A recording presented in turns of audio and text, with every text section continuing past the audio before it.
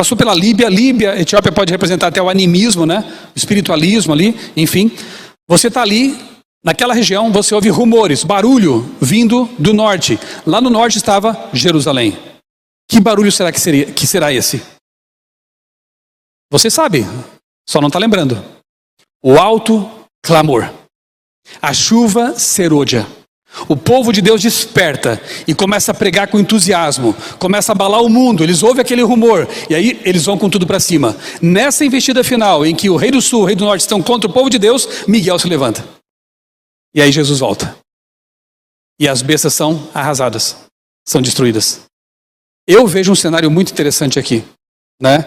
Com base nesse entendimento de alguns teólogos, né? A perseguição final está no verso 44. Armará suas tendas entre os mares gloriosos e o Monte Santo, Mar Mediterrâneo e Mar Morto. Ou seja, na igreja, mas não vai conseguir. Vai ser destruído. Eu volto ao texto. O que você acha agora desse texto? O tempo de angústia que há de aumentar até o fim está muito próximo. Não temos tempo a perder. O mundo está agitado com espírito de guerra. As profecias do capítulo 11 de Daniel estão quase atingiram o seu cumprimento final. Amém? Quase. De forma prática, o que podemos entender a respeito desse negócio, né? Vamos lá.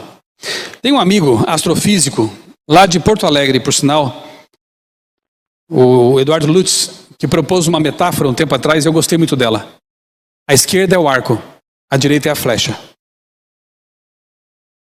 Eu tenho até um vídeo sobre isso no meu canal, no YouTube. Como assim a esquerda é o arco, a direita é a flecha?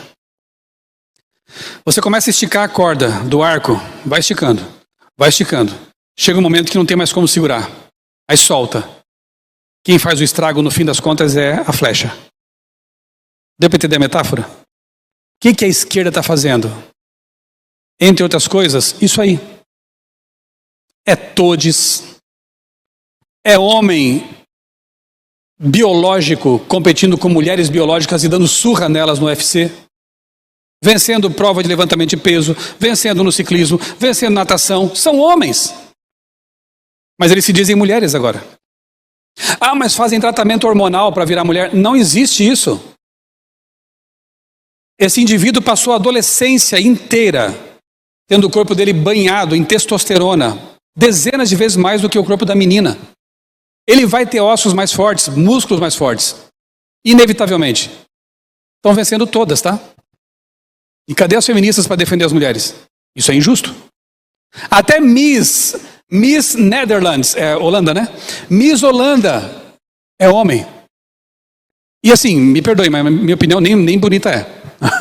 Bonito. Tá difícil, tá confuso. Até nas provas que são próprias das mulheres, porque são as mais belas criadas por Deus, tem homem se metendo. Tem muita gente que não suporta mais isso, gente. Trisal. Quando você abre a porteira, não segura mais nada, passa todo tipo de boi, né, por ali. Então, quando eles relativizaram o casamento, que biblicamente falando, e até nos dicionários era a união entre um homem e uma mulher. Os dicionários mudaram.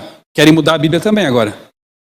Casamento é isso. O casamento original, natural, é um homem com uma mulher. Mas agora existem trisais, quadrisais, sei lá o quê, né? Teve um caso na Colômbia aí, de dois homens que se uniram, e aí um se engraçou com o outro, o que seria, sei lá, adultério. Mas o outro traído achou bonito aquele outro e em vez de separar, disse, convida para a gente morar junto. E o juiz casou os três. O juiz casou os três. Primeiro casamento trisal reconhecido pela justiça na Colômbia. E aborto, ideologia de gênero, tudo isso é pauta da esquerda. Né? Liberação das drogas. Muita gente não aguenta mais isso. Já tem até filmes sendo lançados criticando a cultura woke. Porque não aguentam mais, não suportam mais isso. Cultura woke acabou com os filmes. É ideologia pura, o pessoal não suporta mais, tá tudo dando errado. Não tem mais gente querendo ir para o cinema para assistir essas coisas. Porque já não suporta mais essa politicagem, essa ideologização toda. A corda está esticando. Qual é a reação a tudo isso? a reação sempre é desproporcional. Então você tem, vamos chamar de ultradireitistas, ok? Itália, primeira-ministra Giorgia Meloni, direita, religiosa, quase fanática. Você tem na Argentina, Javier Milei. Na Holanda, quem diria a Holanda que lá atrás liberou drogas, né? Prostituição era reconhecida por lei, tiveram que voltar atrás, porque as ruas em que a prostituição era conhecida viraram o que é mesmo, bordel. O povo estava se drogando de um jeito que eles tiveram que voltar atrás. O que eu acho muito ruim no Brasil é que a gente não aprende com os exemplos de fora. O que acontece lá, leva uns 3, 4, 5 anos, chega aqui. E aí arrasa com o Brasil, depois, realmente, né, não foi bom. Agora aqui no Brasil estão discutindo liberar drogas recreativas, como se isso fosse recreativo. Eu repito, eu queria muito que esses políticos e essas autoridades que estão falando isso ficassem uma semana numa clínica de drogados, de adictos, como muitos pastores conhecem. E a gente tem que levar, às vezes, pessoas para esses lugares. Queria que eles passassem uma semana lá, para parar de discutir a tal da droga recreativa. Nenhum alcoólatra começa bebendo um barril, gente. Ele começa com social, né? Ninguém vai para heroína, crack, direto. Muitas vezes a droga porta de entrada é maconha. E nós vemos esse tipo de coisa discutida no Brasil. Aborto em gravidez avançada. A vida sendo tratada como um amontoado de células. Pura e simplesmente. Uma visão evolucionista, né? Lá, alguns estão voltando atrás. Tanto é que na Holanda elegeram Geert Wilders, um conservador de direita. E tudo indica que os Estados Unidos terão de volta um presidente conservador de direita, que é apoiado por uma base evangélica muito forte, que prega a chamada teologia do domínio. E aqui é o perigo do outro lado. Teologia do domínio, ou dominionismo, é a ideia de que a religião tem que dominar o Estado, as escolas, a mídia. É um gramscismo da direita, digamos assim. Não é que a esquerda não pense assim também. A esquerda também entende que tem que dominar a mídia, tem que dominar as escolas, as universidades. Todo mundo sabe que quando a pessoa é novinha, é jovem, que ela tem que ser cooptada, tem que ser ideologizada. Mas a direita também entende isso, e aí, na ótica deles, a religião deve ser instrumentalizada para fazer isso. Então você tem Trump lançando a Bíblia do Trump. Você tem o Trump fazendo discursos que parecem de um pregador. E convenhamos, no Brasil nós passamos também por esse fenômeno. Algumas manifestações pareciam cultos religiosos. Cuidado! Não vou aqui entrar em aspectos políticos, não vou dizer que haja coisas melhores que outras, eu entendo que alguns aspectos há. É óbvio que eu abomino, né, essas pautas que são anti-família, pró-drogas, pró-aborto, eu abomino tudo isso, isso é satânico. Mas eu tenho muitos cuidados também com o oposto disso. Porque é num cenário religioso que o decreto dominical será assinado. Porque é um falso protestantismo apostatado, que vai perseguir o povo de Deus aliado com o papado. Lembra? Não se esqueça disso, tá? É um protestantismo apostatado que vai nos perseguir também. Eu tive uma amostra grátis disso recentemente. Nós tivemos. Um pastor aí de uma igreja lá dos Estados Unidos, mas brasileiro, você já deve saber quem eu estou falando, nos chamou de seita. Lembram? E esse cara, ele é da direita conservadora. Pelo menos se assume assim. Pelo menos apoia candidatos assim. Esse indivíduo, para muitos adventistas, era um aliado. Olha, ele é conservador. Ele apoia pautas semelhantes àquelas que nós também apoiamos. Toma. Quando você menos percebeu, seita. São loucos, são uma seita. Gente, vamos acordar? Nós não temos amigos. Eu sei, você vai sair daqui triste, né? Nós temos amigos, sim, claro que temos. Primeiro Jesus. E depois muitos cristãos que estão acordando também. Mas nós, adventistas, não podemos abraçar pautas políticas porque não é de lá que vem a solução. Nós não temos amigos nesse sentido, entendeu?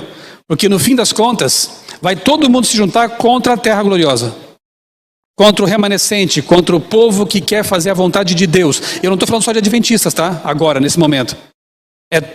São todos aqueles que quiserem fazer a vontade de Deus, aqueles que amam a Deus e guardam os seus mandamentos. Aqueles que quiserem ser fiéis a Deus, no fim da história, vão ser alvo da direita e da esquerda. Vão ser alvo do rei do sul e do rei do norte. Vão se voltar contra você e vão dizer, mas você é uma seita mesmo. E eu vi tanto ódio nas redes sociais. Eu até preguei um sermão na minha igreja e coloquei como título, Somos da seita de Cristo. Paulo também não dizia, Paulo não disse, o caminho que eu sigo que chamam de seita. Tudo bem, se for bíblico, que me chame do que você quiser, desde que eu seja bíblico, né?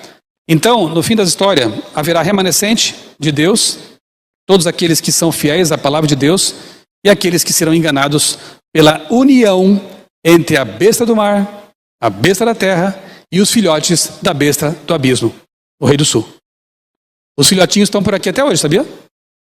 Quando você encontra um cristão progressista, é filhote da besta do abismo. Porque para ele a Bíblia não é inspirada por Deus. Ou boas partes delas não são. Eles selecionam o que convém. Rasgam o que não convém. Bíblia gay. Já ouviu falar? Tiraram todos os textos que se referem a uma prática que Deus não aprova. Editaram a Bíblia. É Bíblia isso, é Bíblia aquilo, Bíblia feminista. Isso é a atitude da besta do abismo. Que tentou banir a religião da França, lembram? Colocou lá em Notre Dame uma prostituta como deusa da razão. Estão fazendo a mesma coisa hoje. Mas não nos iludamos. A corda estica, estica, estica. Quando não aguentar mais, a flecha sai. E é a flecha que crava no peito. A flecha da reação religiosa. Então nós não temos para onde correr, irmãos. A não ser para onde? Nós não somos de direita nem de esquerda. Nós somos do alto. Nós podemos até nos identificar com algumas pautas, né, que são corretas e são até bíblicas, mas não nos iludamos. Não é a religião de Deus. O meu reino não é deste mundo, disse Jesus. A pedra vem do alto sem interferência de mãos humanas, não é por política. É o reino de Deus que vem do alto. Precisamos entender isso. Urgentemente. Olha que fenômeno que está acontecendo no mundo hoje. Se não é a reação, a flecha. Conservadores atingem maior número entre os americanos em uma década. Olha a reação aí. Aqui nesse gráfico, olha só. Os pontos azuis, eles têm que ver com o percentual de conservadores ou muito conservadores. E o vermelho, progressistas ou muito progressistas. De 2000 para cá, os progressistas estavam crescendo muito. Essa ideologia woke, toda essa coisa que eu falei agora há pouco, né? Estava crescendo, crescendo, crescendo, crescendo. Agora em 2020 para cá, 2021, 2, olha que interessante, o gráfico vermelho começou a cair. E os conservadores de direita, os religiosos ali, evangélicos, enfim, estavam em decadência, mas agora reagiram. E se o Trump vencer, gente, segura. Que daí a coisa vai vir com muito mais força, né? Lá no catolicismo, olha que interessante, ó. Aqui Paulo VI, João Paulo II, Bento XVI e Papa Francisco, atual. A parte vermelha do gráfico tem que ver com os conservadores e a parte azul agora com os progressistas. Ou seja, de lá para cá, houve um tempo que havia muito mais progressistas, especialmente após o Concílio Vaticano II, na Igreja Católica, que foi uma revolução. Os progressistas cresceram. Eu vim dessa época. Eu fui adepto da teologia da libertação, quando católico, que é um catolicismo marxista. O Papa Francisco tem esse pensamento. É uma ironia até, porque no tempo dele, olha o que está aumentando? Conservadorismo. Padres nos seminários hoje, jovens, estão se identificando muito mais com o catolicismo tradicional do que com o catolicismo progressista. Olha que interessante. E isso é também uma armadilha. Sabe por quê? Isso me entristece, porque eu vim de lá. Quando alguns jovens olham para igrejas de teologia da libertação, que só falam de política, são alinhadas com o comunismo, com a esquerda, com pautas desse tipo, se decepcionam. Eu passei por isso. É um tipo de religião que não está preocupada com a palavra necessariamente, com o reino de Deus, mas sim com aqui e agora, política. Quando outros jovens sinceros olham para a teologia da prosperidade, pastores enriquecendo, igrejas transformadas num negócio, num comércio. Óbvio que perdem a fé. Óbvio que dá nojo de ver esse tipo de coisa. Sabe para onde eles estão correndo? Para uma igreja que tem tradição, que tem mais de 1000 anos, que tem uma teologia que na ótica deles é milenar, que pode ser a solução. Olavo de Carvalho, um grande filósofo desse pessoal mais alinhado à direita, já dizia isso mesmo. Que a igreja católica tradicional seria a solução para o mundo. Brasil Paralelo e outros movimentos estão levando muitas pessoas para esse tipo de catolicismo, como a resposta. E parece ser a resposta para quem não conhece a Bíblia. Porque oferece solidez, oferece respeito pela família, oferece coisas que encantam aqueles que querem realmente uma solução para essa barbaridade que aconteceu no mundo. E aí tem muita gente indo para o catolicismo como a resposta. Você entendeu por que nós temos que erguer a voz? Por que nós temos que pregar como nunca? Nós temos que advertir as pessoas que alguns estão saindo do colo, estão saindo dos braços da besta do abismo e caindo no colo da besta do mar. Você está percebendo isso? Que alguns, muito sinceros, estão abandonando o protestantismo apostatado, a besta da terra, e caindo no colo da besta do mar. Nós temos que erguer a voz, irmãos. E falar que existe um caminho. O caminho é a palavra de Deus. É a verdade da palavra de Deus. Não são esses sistemas que apostataram, né? Se você não leu ainda, eu quero convidá-lo a ler, a acompanhar os livros, os artigos dessa senhora aí na tela. Ela é da Somália. O nome dela é Ayaan Hirsi Ali. Eu a sigo no Twitter. Agora é o X, né? Minha esposa está lendo um livro dela, uma biografia. E ela me conta tudo lá, é muito interessante. Tem 2 livros publicados dela na Companhia das Letras. E eu creio que haja um terceiro. A história dela é muito interessante. Por quê? Ela cresceu num país muçulmano, que sincrético, né, com a cultura da Somália. É pior ainda, porque lá eles promovem mutilação genital, e, enfim, todas essas coisas terríveis. Ela cresceu lá. Foge para a Holanda, estou resumindo bastante a história, né? Ela foge para a Holanda, e lá, finalmente, ela acaba se tornando ateia. E dá para entender, né? Com tudo que ela passou, a religião que ela tinha como referência, ela abandonou tudo. O Islã e o próprio Deus. E depois ela acaba indo para os Estados Unidos e conhece o verdadeiro cristianismo. Graças a Deus. Hoje ela é uma cristã. E aí nesse artigo ela responde, por que hoje eu sou uma cristã? É uma história muito bonita, porque o que eu entendo assim, né? Por exemplo, não sei se vocês conhecem o Richard Dawkins, que era aquele ateu militante inglês, né? Que lá nos anos 2000, falava muito contra o cristianismo e tal. Ela fez parte desse grupo, dos neo-ateístas, combatia a religião e tal. Ela se converte, o Dawkins ficou indignado. Perderam um baita personagem, convenhamos, né? Uma mulher negra, africana, tinha tudo para ser uma baita de uma pregadora woke até, né? Mas não, se tornou uma cristã conservadora. Foi um golpe mortal para eles. Tanto para o Islã, quanto para a cultura woke, quanto para os neo-ateístas. Ela deu as costas para a besta do abismo, resumindo. E ela, que tem lugar de fala, para usar essa expressão que o pessoalzinho gosta aí, né? Lugar de fala, disse o seguinte. Aí é um dos livros dela, né? Infiel. Naquela entrevista que ela diz por que eu sou cristã agora, ela disse assim, parte da resposta é global. A civilização ocidental está sob ameaça de 3 forças diferentes, mas relacionadas. Quais são essas forças que estão ameaçando o ocidente cristão? O ressurgimento do autoritarismo e do expansionismo das grandes potências sob a forma do Partido Comunista Chinês e da Rússia, de Vladimir Putin, e esta semana Putin estava na China, estão lá negociando, fazendo acordos. Observe isso, hein? Um bloco se formando. E pior, o Brasil está aliado com o pior dos 2 mundos, né? Apague isso aí depois, hein, porque eu não quero entrar na CPI, eu não sei, né?